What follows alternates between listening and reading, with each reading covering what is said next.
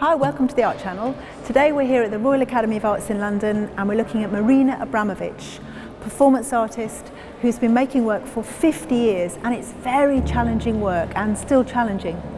Marina Abramovic calls herself the grandmother of performance art, and she's largely responsible for introducing performance art to a wider audience around the world. She's a formidable performer. Her works involve extraordinary endurance and physical hardship, sometimes lasting days at a time. I think when you're looking at the work, you have to understand that these pieces were first performed in the 1970s and were deeply challenging. She is interested in the limits of the mind and the limits of the body.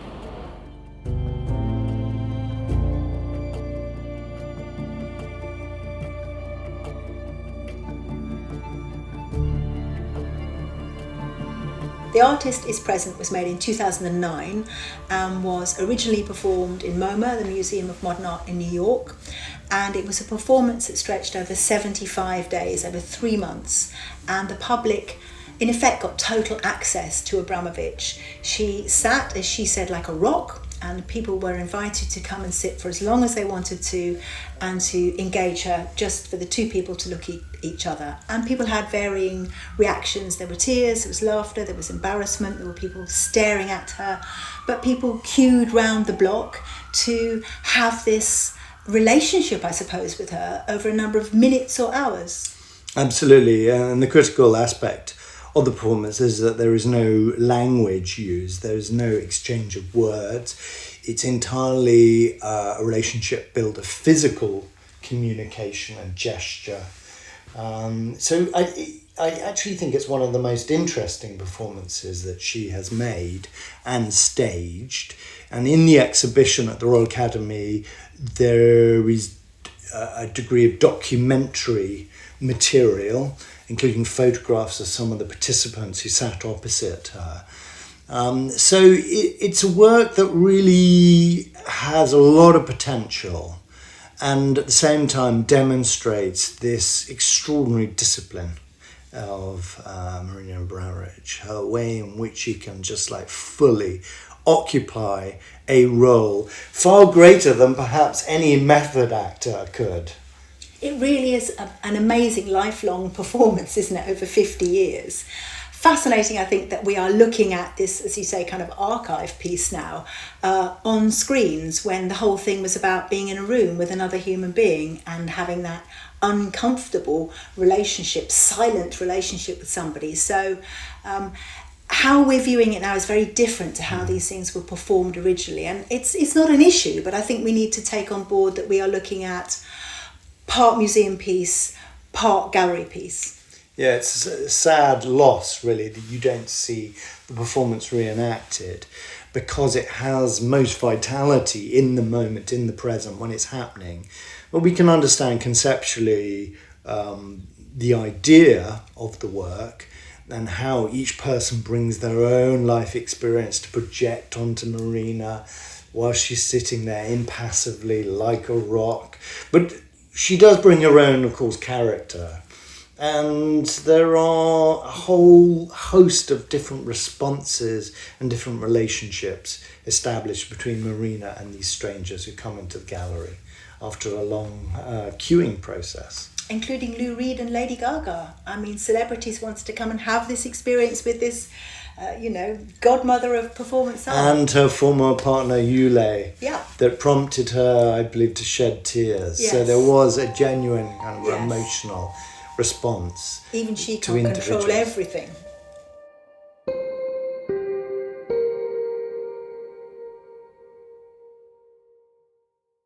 Rhythmo is a piece of work which was originally made in Naples in 1974, and it was a live performance in which the artist invited gallery goers, onlookers, to interact with her with one of 72 objects which were displayed on a table for them.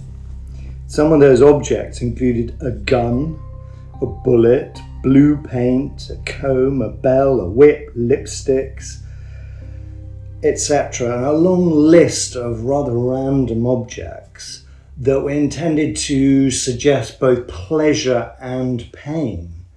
And of course, the inclusion of a gun was very dangerous because it was loaded. And in that sense, she is risking originally death for the sake of this performance. And furthermore, to explore, one can speculate, a kind of extremes of experience. She talks about it as being 6 hours of real horror, and she put herself in that place. She also said, "I am the object." And interestingly, most of the audience, or participants, I suppose, were men. And as you say, people selected objects. Some people gave her a rose. It was quite a kind of kind gesture, but it did culminate in a loaded gun being held to her head.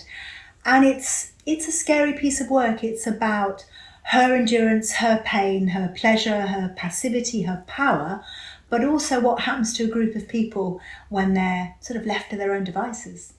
Yeah, she's really exploring the condition of power by surrendering her independence to these anonymous strangers who come into the gallery and are invited to interact with her body using these objects.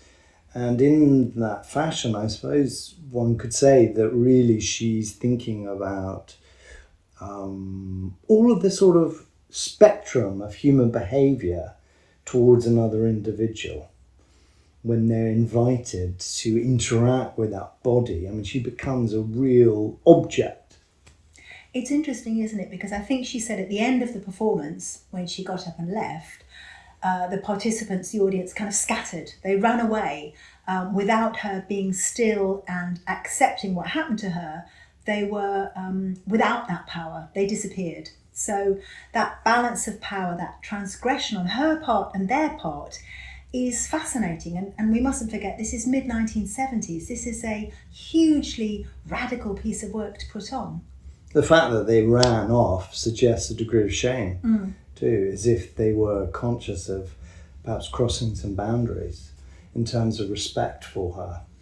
But of course, she has encouraged that loss of inhibition and sort of civilized restraint.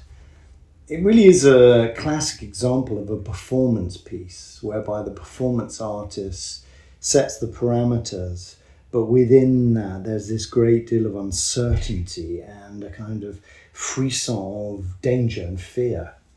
And I think it's dangerous, not so dangerous, but dangerous for the participants. I mean, how far will they go?